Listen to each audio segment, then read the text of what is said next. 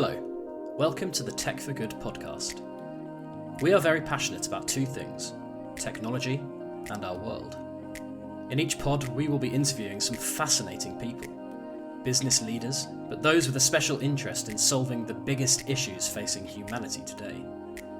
Think the environment, think healthcare provision during a pandemic, think global social injustice. If you want to know more about technology's immense potential to fix and transform, then you're in the right place.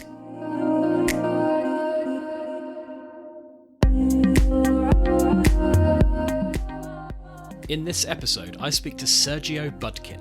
Sergio is a director of market development for Virgin Media O2 and is passionate about towns and cities using technology to become smarter, greener and healthier.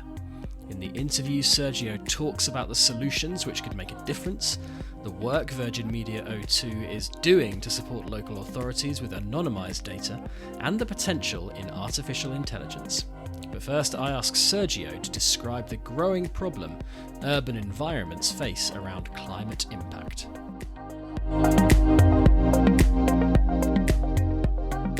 I always like to start talking about that cities in itself are very new and that they are changing and evolving. So it's like, to put it in perspective, like in the early 19th century, below 2% of the population were living in cities, and it stayed like that for roughly 100 years, like below 5, and then it started to grow, but only in the 21st century.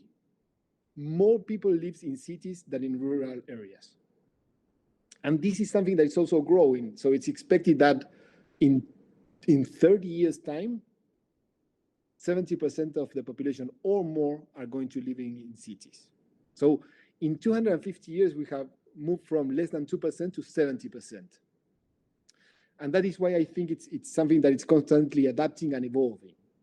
But on the other hand, cities occupy only just 3% of the land, but they consume between 60 and 90% of the energy we generate, and they generate 75% of the carbon emissions.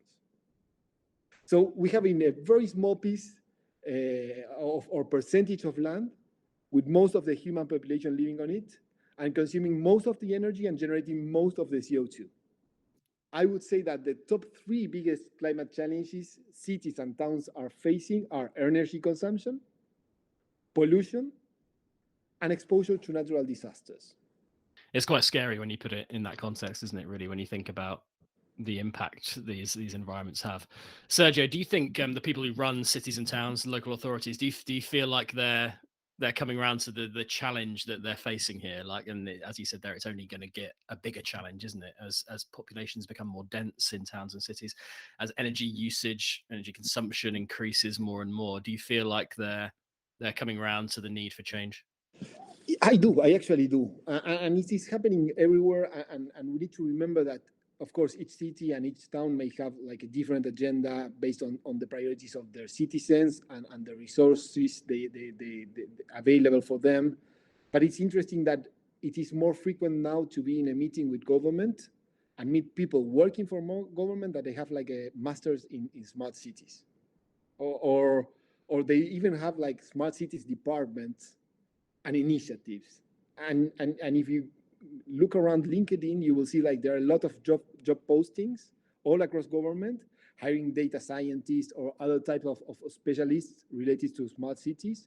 And of course, then there are like some cities that have very well structured and ambitious plans. So yes, I would definitely say that they are fully aware of the advantage of onboarding technologies to improve the way a city operates. On the other hand, I think it's not only a technological problem.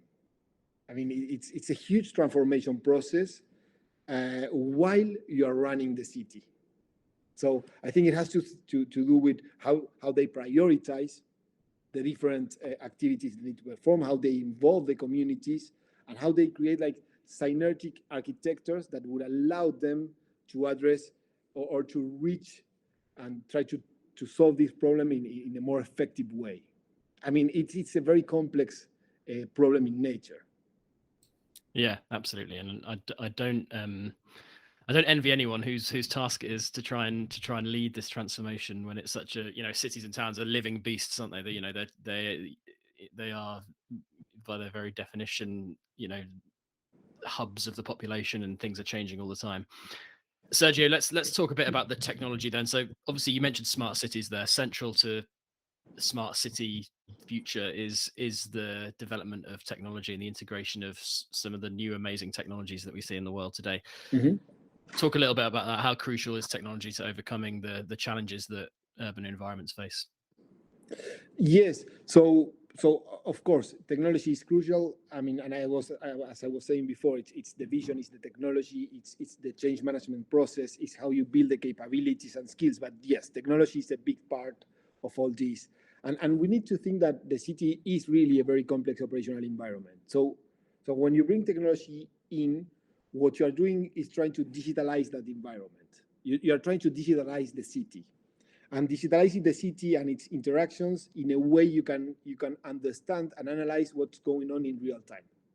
So the city as an environment is constantly changing, minute by minute is changing, and you need to have like real time information of how it is changing, so you know what to do next. And it's not necessarily that one person needs to understand everything. So let's say we digitalize the city primarily in three ways. So one thing, there is technology that is called Internet of Things, other technologies that are called video analytics, or for example, speech recognition. So basically, I'm going to explain the three just in case. So Internet of Things is adding small devices that can capture information. For example, you can track air pollution or the level of light that is needed in a specific street, or how full a rubbish bin is, or how many available parking spots are there in the city. So it's like small devices that can sense the environment. Video analytics is having video cameras that understand what is happening in the image. So it could recognize that a fire started in a rubbish bin, for example, or it can identify a traffic jam or a traffic accident. And speech recognition is understanding basically the meaning of what is being said or written, and it could help, for example, identify what are the citizens' priorities or experiences or things like that. So you aggregate all that information and you can better understand how the city, what is happening in the city. So to give for example, an example combining these things, if you go back to rubbish collection, so some areas of the city may need rubbish collection once a week, while other areas, for example, where restaurants are, may need rubbish collection 3 times a day. And today you try to schedule all of that in advance. So let's say that the area that needs collection 3 times a day, the restaurants area, on a particular day, there is an event somewhere else that attracts all the people, all of the consumers. So in that day, no one is going to those restaurants. So that specific day, you may not need collection at all. And one way of approaching the problem is, of course, planning ahead and trying to know everything in advance. Or another way is using these technologies and somehow structure a dynamic plan based on how full the bins are. You send or you don't send a truck to collect the rubbish. And why not that information can be aggregated between several cities, even to have like a more efficient use of the trucks. And all of that has a huge impact in terms of the way we consume resources, but also you have to remember that these trucks are generating CO2 when they are being driven in the streets, of course, if they're not electric. Hi, I'm Daniel Brigham, editor of the Tech for Good magazine. I hope you're enjoying this pod, and if you want more, why not head over to techforgood.net for some amazing and thought-provoking stories. You can read about one company's mission to use digital technologies in the fight against HIV, or learn how social media can help refugees take control of their narratives. For those insights and more, read and subscribe at techforgood.net.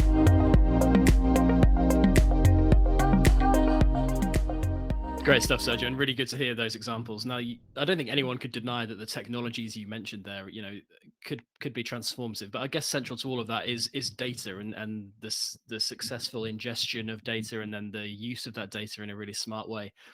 Is it fair to say that city planners, town planners should be making data and, as you said, the real-time element of it, making access to that data available straight away, that should be really kind of central to all of this, shouldn't it?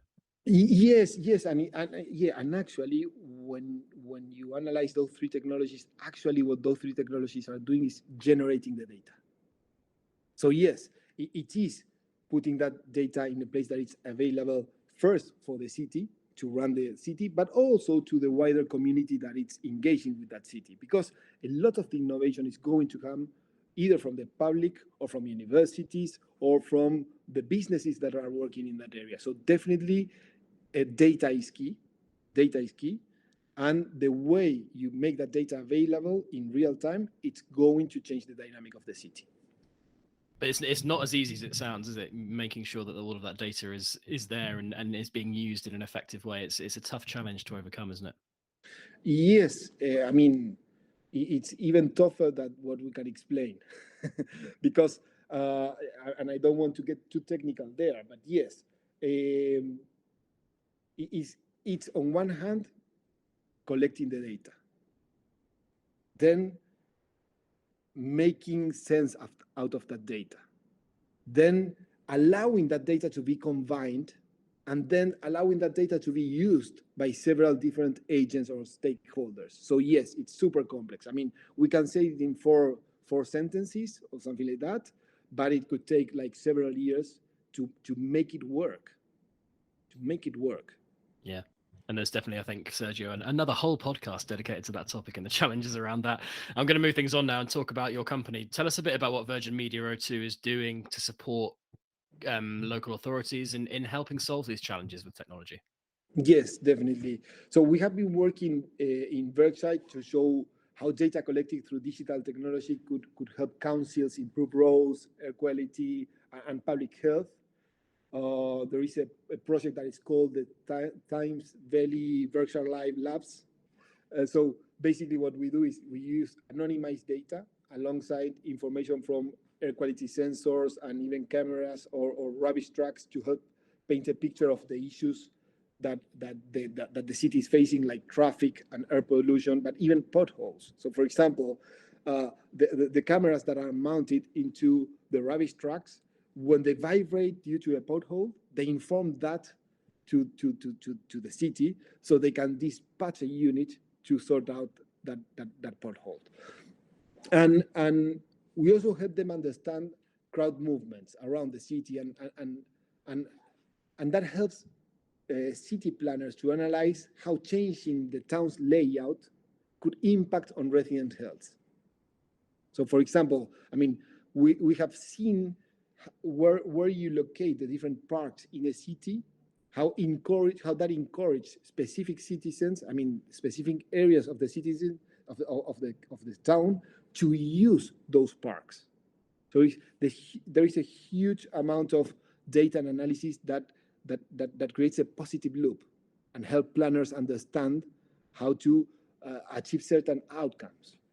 And there's O2 Motion as well. Maybe tell the listener what that is and how that's having a positive impact. Yes, so O2 Motion basically what it does, we take all the information of how the phones are moving. I mean, how people with their phones are moving in a specific geographic area. We anonymize that information, so you no longer know who is who. Then we aggregate it, so we no longer speak of specific individuals. And with that level of anonymization and aggregation, we extrapolate behaviors.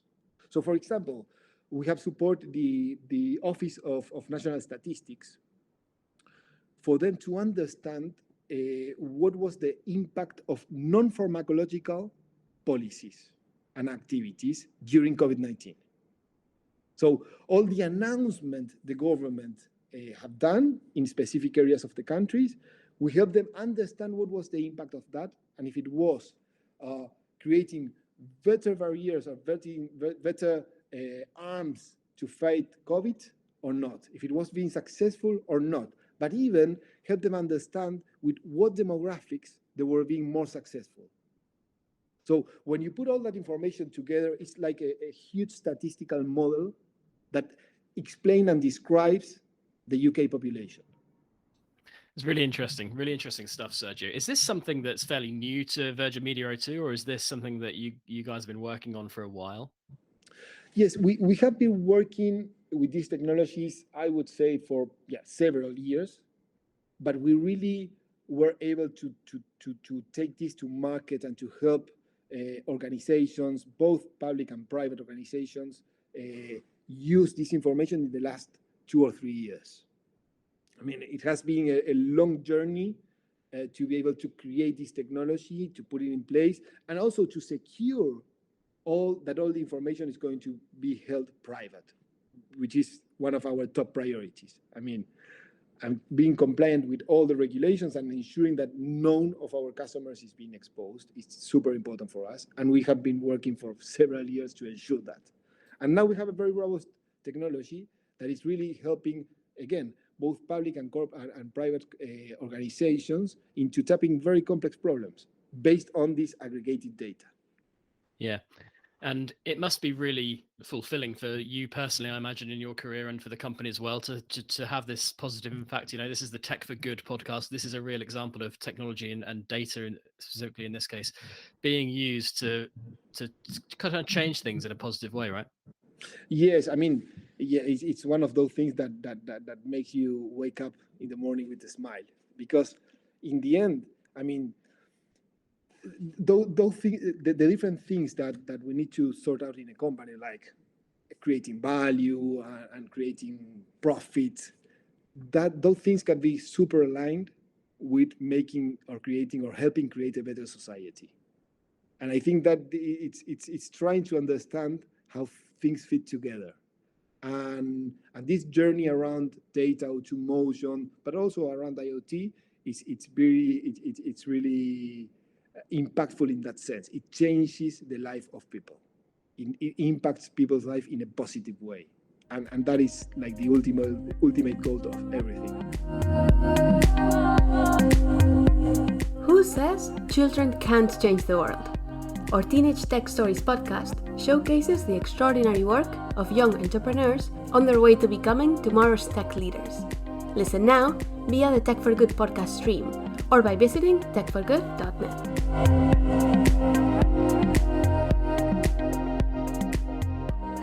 Obviously, you said there it's been 2 or 3 years. You've had a real positive impact in areas like it must be really exciting to think what the future might hold for the work that you guys are doing. How big an impact do you think you could have with the resources and the data that you have at your disposal?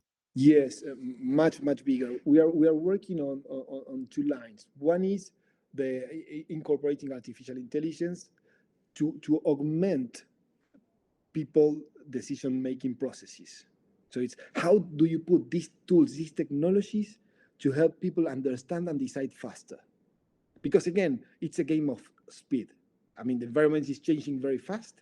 If you are in a capability of answering in the right way to those changes, you're going to create a better environment and a positive loop. So one thing is around artificial intelligence. The other thing is around helping different data sets, data sets probably is a good way of calling them, come together to enrich the information, to enrich the experience, to create better insights. So for example, I mean, if you put the information of O2 motion and you link that, as in the examples we were sharing before, with air pollution, what correlations can you infer from that, and how can you work towards improving health of people that may be being exposed to high air pollution? So, for example, I mean, it's very important to understand what is the pollution in the air around schools on the moments of drop-off or pickup, because that is when the kids are most exposed. So how you can change the way traffic around those schools behave to reduce that pollution. So there's so many things that you can that you can come up with when putting things together, that it's really, I think there is no end to the good you can get out of this. Exactly. And as you said earlier, when you imagine doing that in every town, every city in the UK and beyond, you have this huge pool of data that can only deliver more and more insights, right? It's the potential is enormous. Can I ask you, Sergio, where do you think currently, right now, as we sit here coming towards the end of 2021, how smart are cities here in the UK, for example? Do you feel they are 10% as smart as they can be, 20%? Like, obviously they've got a long way to go, but what is the state of play at the moment, do you think? Yeah, I mean, that is one question that I would probably indirectly I will end up avoiding. Not because there is not a KPI that we can define to measure that, but because what I have seen in the last several years is that it's better to measure the real outcome you are looking for. So in the end, we're trying to improve people's life or livelihood or create a more equal society. So instead of measuring how smart we are or the smartness of the city, I think that we need to be held accountable of how much have we improved those KPIs, how many people are getting a healthier life today, how have we reduced inequality. And I think government should only look, and citizens should only look to those KPIs. And on a final point, Sergio, we've spoken about the potential here, and you've said it there, and there is so much potential, but we've also addressed the challenges around it and the work that's still to be done. Do you ultimately see a positive future here where towns and cities are augmented by great technology and better use of data and really a better world, quite frankly? Are you an optimist in that regard? Do you see your work ultimately being carried out? Yeah, I was going to say I'm an optimist in nature. Maybe you can already tell that, but yeah, I am. So I tend to see that, like when we were discussing the concentration of 70% of the population in 3% of the land, with all that energy consumption and with all that carbon emission, I see an opportunity, because instead of being spread across everywhere, it's concentrated. So if we use the technologies in those places where the concentration is, and we solve the problem there, and we create a more sustainable approach to the way we live there, it has a massive impact. So I tend to think that the concentration is a big opportunity. I mean, cities are a big opportunity. I mean, it's very challenging, but it's a big opportunity. That was the Tech for Good podcast. Listen, subscribe, and rate us on Spotify, Apple Podcasts, Google Podcasts, and Stitcher.